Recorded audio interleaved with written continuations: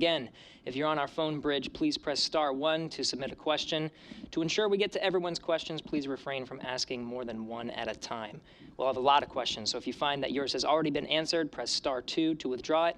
And if you're on social media, please use the hashtag AskNASA. Let's start on our phone bridge first with Lauren Grush from The Verge. Hi, Bob and Doug. Good to talk to you, and congratulations on such a great launch. Leading up to this mission, the date of the launch was always so uncertain, and you mentioned you would plan your life in increments of weeks or months at a time.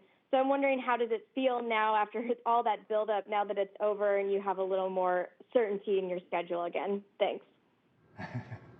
Yeah, it's a good question. I don't know if certainty is the right word at this point. You know, I think for both of us, it still feels pretty surreal, and I know that's a little bit overused, but I don't know how else to describe it. You know, one minute you're bobbing in the Gulf of Mexico, and you know, less than 2 days later you're in a news conference. So, you know, it's been a time to reflect and think about a lot of the things that went on in the lead up to the mission itself, like, you know, the launch, the on orbit time, the entry, the landing.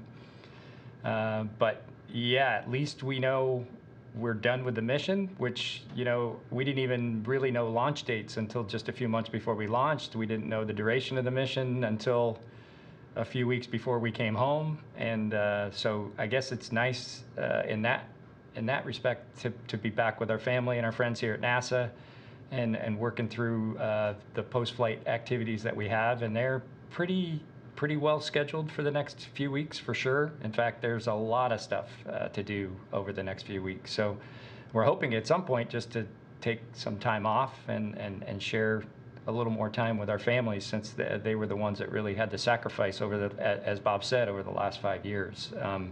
Because we were mostly in California, and we were mostly, obviously, the last 2 months in space. Next, we'll go to Andrea Leinfelder from the Houston Chronicle. Welcome home. Bob, you gave a really great description of what it was like to launch in the Crew Dragon. I was hoping you could give us a similarly vivid account of what it was like to land. Thank you. Well, thank you, Andrea. You know, the landing was, I would say it was more than what Doug and I expected.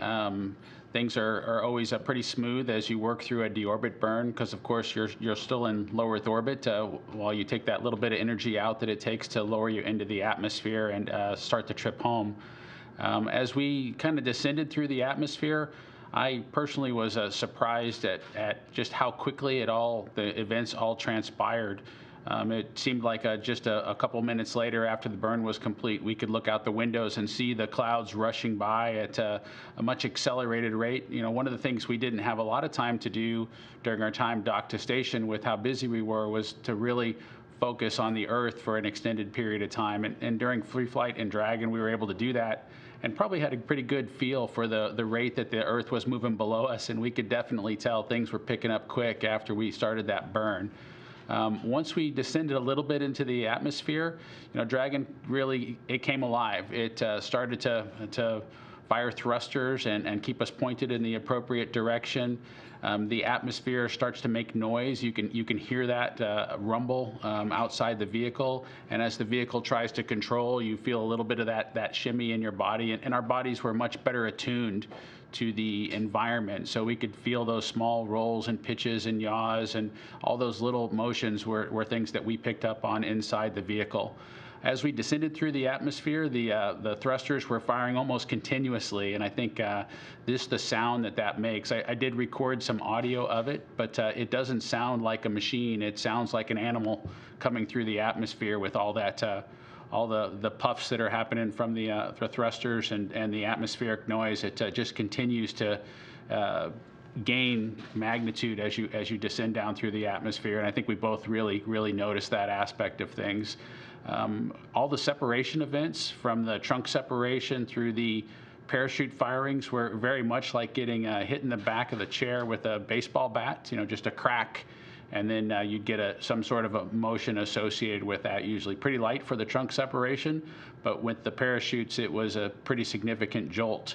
and a couple of jolts as you go through the disreefing of the parachutes as well. And so all the way down, we were talking about it. I think I took a line from an old movie that Doug and I were both familiar with at one point, because under the G load of about 4.2 Gs, I said, want to get some coffee? You know, much like we had seen in an old movie that we had watched, because that was really the feeling that we had, and that's the best way to describe it. If you've seen an old movie that happened to have some guys who'd been in a centrifuge, that's what we felt like.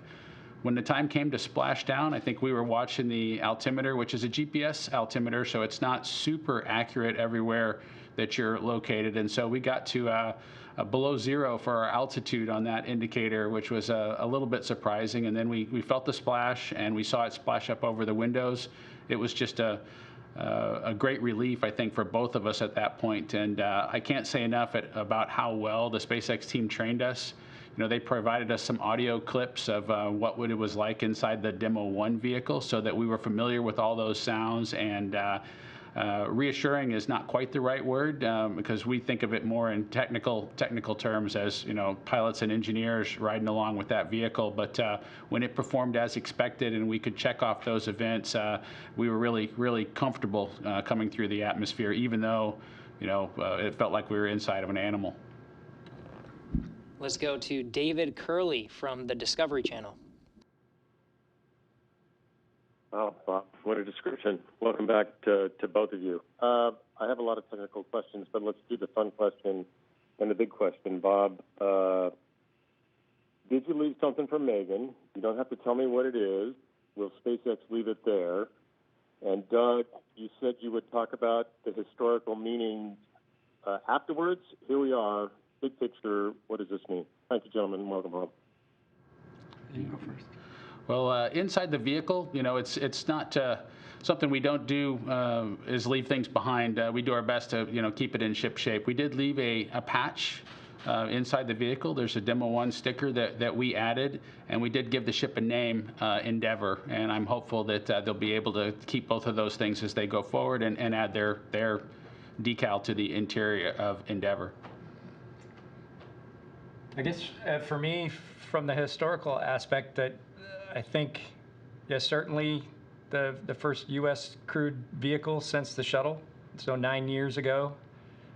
Certainly, personally, it's significant because I was the last shuttle pilot and then the first Commander Dragon, and so it's neat to think about now. You know, and I certainly, maybe a year from now, we'll think a lot more about it. But I'm more. I think what's more important to me is the historical aspect for NASA and certainly for SpaceX. It just, for a company that's only been around for a decade or a little more than that, to build a spaceship that takes crew into orbit and returns them safely, is just that part of the historical aspect for me is probably most significant.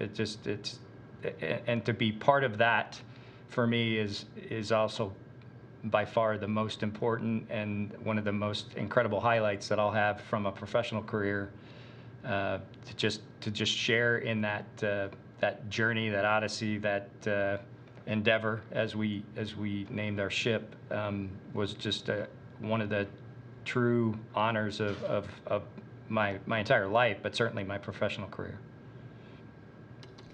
We'll now go to Marcia Dunn from Associated Press.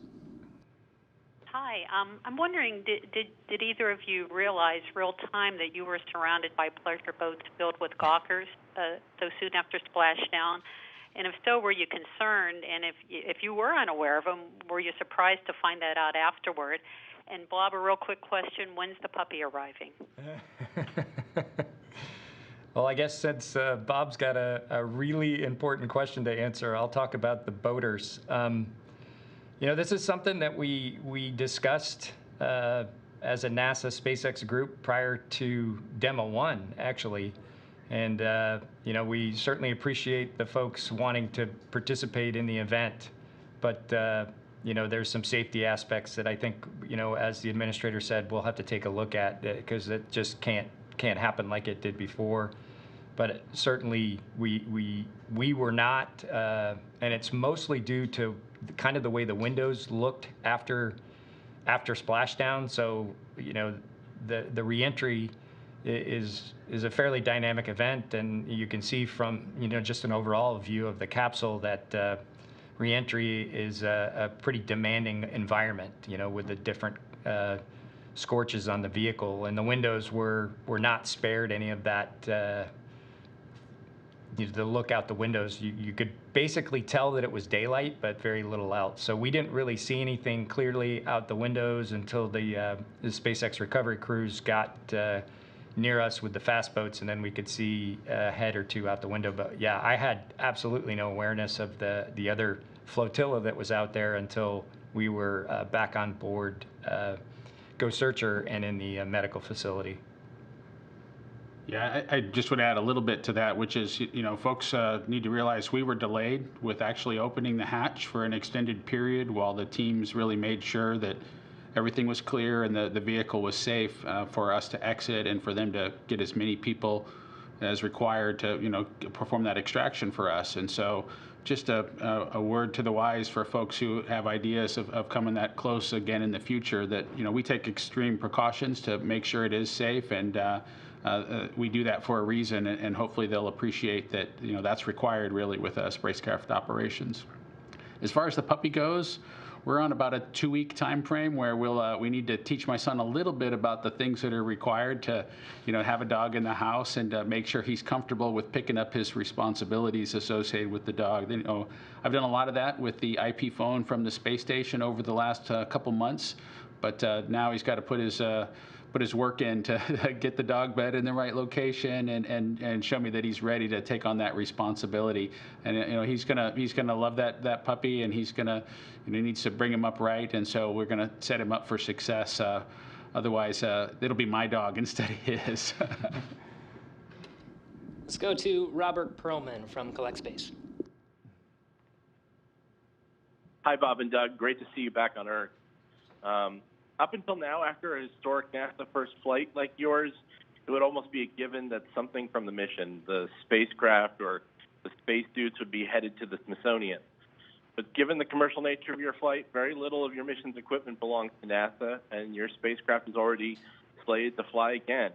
So we're up to you. What would you like to see SpaceX donate to the National Air and Space Museum, or otherwise put on public display? And might we see your sons agree to donate Tremor? Well, they might make that agreement. I'm sure they would request something in trade. I don't know, at least an opportunity to go see where Tremor's new home would actually be. I think there's a lot of Tremors out there as well at this point, and so I think that it could be that the marketplace is saturated with Tremors. As far as what I'd like to see donated, you know, I still think there's an opportunity for the history to play out and this capsule to still end up in the Smithsonian. You know, it can be used and reused and then find that permanent home. SpaceX has done a wonderful job. If you've ever visited or seen pictures inside the facility there in Hawthorne, they do have hardware that they've flown or hardware that they've tested and managed to put on public display. Right here, we do have here in Houston at the Space Center Houston, they do have a first stage now that was used, and it's nice to have that in full public view. And I'm sure and confident that they are going to share pieces of the hardware with the public at large. You know, if you go out to Hawthorne, there's a first stage sitting right there on the corner of the property line there, and it's just awesome for people to see that hardware and be able to, you know, recognize it as hardware that was used for space missions, and you know, take a picture next to it and be a part of it. And so I know they'll do it, and if it was up to me, I think all this hardware has a home someplace in the future when it's used up. It's just not used up yet. Thank you. We're now going to switch to social media for just a second. First of all, you have folks from all over the world on Twitter and Facebook saying hello and congratulations. Brazil, England, Canada, Argentina, the Netherlands, all over the U.S., just to name a few. But this seems to be a common theme. This one's from Shanika. Who gets to keep Tremor? Well, I think we're probably going to go along the lines of, I believe it's the NHL, where the team that wins the Stanley Cup, if you're familiar with that, each member of the team gets to have the Stanley Cup for a day or two, and I think we'll probably work out something along those lines where we just have he spends some time at Bob's place, and then he spends some time at our place, and I think that's fair. And then I think at some point, obviously the boys will, they're going to grow up and potentially outgrow Tremor, and we'll figure out a good place for Tremor as well, just like hopefully with Endeavor and our suits and anything else that was associated with this mission. It's just a neat memory for Bob and I as fathers, to share this type of thing with our sons, and we're just thankful that we were allowed to take Tremor with us, and it's frankly just amazing to see the response to Tremor and how much people enjoyed that part of the mission, along with some of the other things. So we really appreciate that, and thank folks for understanding that it was important to us.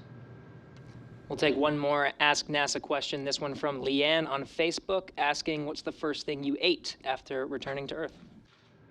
I think for both of us, the first thing we ate was the pizza that they had available on the jet that brought us back into Houston. So we had a good pizza. We've done a lot of travel on the aircraft operation folks here at Johnson Space Center's aircraft over the last 20 years, frankly, whether it was T-38s or as we responded to COVID and used the larger airplanes to help us get from place to place from a training perspective. And they always have a good plan for taking care of the crews that are on board, and our landing day was no different than the other days. They had us all hooked up and set up, and the pizza was waiting when we made it on board.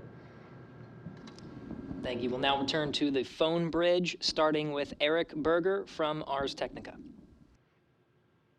Hi, guys. I want to congratulate you on your excellent timing. Houston in August is lovely.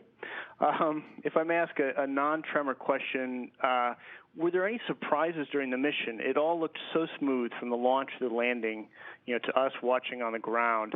And was it really that perfect? Like, did the vehicle perform that well, or was there anything that happened, like maybe you went in a capsule on orbit and there was a funny odor, or something that alarmed you during the 2 months you were up there, or was it all just that smooth?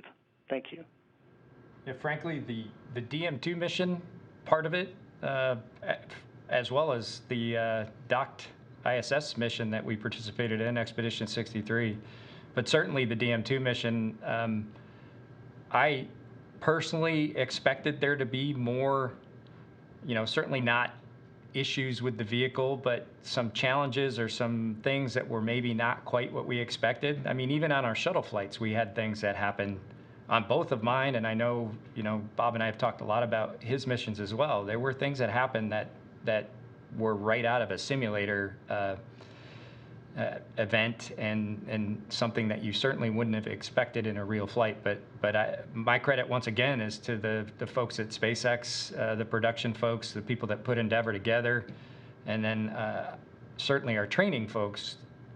The mission went just like the simulators, and I'm honestly, from start to finish, all the way, there was really no surprises. And I think for me personally, I expected the entry to diverge somewhat by what we saw in the simulator. And what I mean by that is, as a capsule gets into the thicker air of the atmosphere, so somewhere around 20K down to maybe 10K, just prior to the drogues with Dragon, I expected there to be some divergence in attitude control, because it's a real tough problem for the ship as it gets into the thicker air to maintain perfect attitude and control. And at some point, and we've been listening to astronauts Bob Behnken and Doug Hurley talk about their successful SpaceX splashdown. We're going to take a quick break. You're streaming CBSN, always on.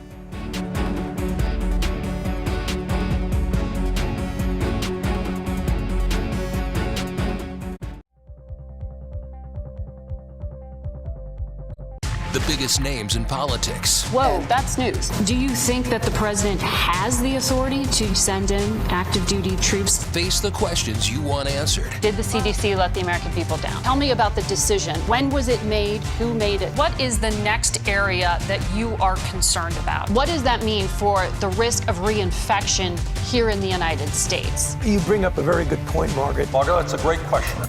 Face the Nation with Margaret Brennan on CBS. Go to the ends of the earth. Right now. We got something crazy. Boom. And reach for the stars. There we are. Time. Yes, it's my comeback. Hey, this is pretty fun. But wait, there's more. Experience thought-provoking. Welcome to the idea of being a human being. Innovative and truly original reporting. Look through a telescope and go, wow. Because there's always something new under the sun on CBS Sunday morning. You can watch CBSN 24/7. We've got an amazing story to share with you. I understand you have some breaking news. How does it all play out? It's quite an adventure here at CBSN. It's been a day.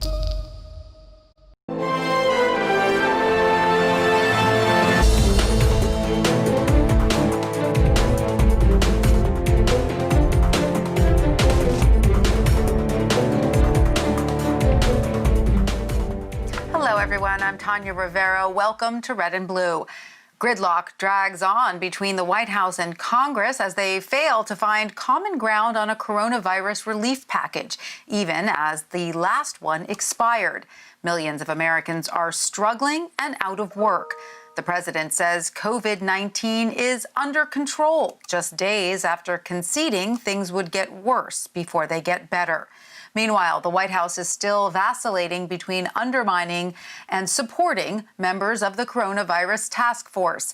Democrats have a $3 trillion proposal, which includes the $600 a week checks that ran out last week. Republicans are proposing a much smaller package, reducing the weekly benefits to $200. President Trump says he may take executive action if lawmakers are unable to reach an agreement on a new stimulus package. And in a newly released interview, the president says the U.S. has better numbers than other nations in terms of coronavirus deaths, something that is demonstrably false. And if you look at death, started to go up again. One. Well, right here, the United States is lowest. In numerous categories, we're lower than the world. Lower than the world? Lower than Europe. In what? Look. In what? Take a look. Right here. Here's case death. Oh, you're doing death as a proportion of cases. I'm talking about death as a proportion of population. That's where the US is really bad. Well, much worse than South Korea, Germany, etc. You can't do that. You have Why to go, can't I do that? You have to go by where, look, here is the United States. You have to go by the cases. The cases Why are not there. as a proportion of When population? we have somebody, what it says is when you have somebody that has, where there's a case, the people that live from those cases. CBS News correspondent Nicole Killian joins me now. Hi, Nicole. So that interview of the president's with Axios happened last Tuesday. Has the White House's messaging on testing changed since then at all? You know, I wouldn't argue dramatically, and certainly that exchange you saw in Axios, it actually reminded me of a similar exchange that the president had with Chris Wallace when he did that lengthy interview for Fox News Sunday. And, you know, there was a similar exchange about disputing the statistics as it relates to, you know, mortality rates in the United States and what is better. And, you know, either way you slice it, I mean, we're talking about the number of people who have died in this country, which has eclipsed 150,000. So whether you're arguing by cases, by population, you know, at the end of the day, does it really matter? Certainly what the president went on to argue in that interview on testing is that, you know, the reason we have more cases is because we're doing more testing and the U.S. leads in testing. And that kind of continues to be a talking point for the White House that the press secretary even reiterated yet again today, that certainly what the president kind of meant by some of his comments in that interview is that we're simply finding more of these cases because we're doing more testing. But certainly there's more to the story than just that. And Nicole, we mentioned earlier that Congress is still working on a deal for a new coronavirus relief package. President Trump says he's considering executive actions if they cannot reach that deal. What might those actions be? Well, the president hinted at this Monday when he held a briefing with reporters, and he suggested that he could potentially take executive action to try to prevent people from being evicted. Of course, we know we're close to the first of the month, just a few days out from that, or past that, I should say. And so that has certainly been a concern as far as this moratorium expiring that could make a lot of people vulnerable to eviction. So that's one area where the president says he's looking at potentially taking some action, as well as this issue of a payroll tax cut, which is something he has also been pushing for in some of these negotiations, although he's kind of backed off since then, but now reinserting the possibility of taking executive action on this front, although it's unclear exactly how that would happen. But either way, certainly it's clear that the White House is frustrated by the pace of these negotiations, and the president indicating as much, that if he can find a way to do something, he will.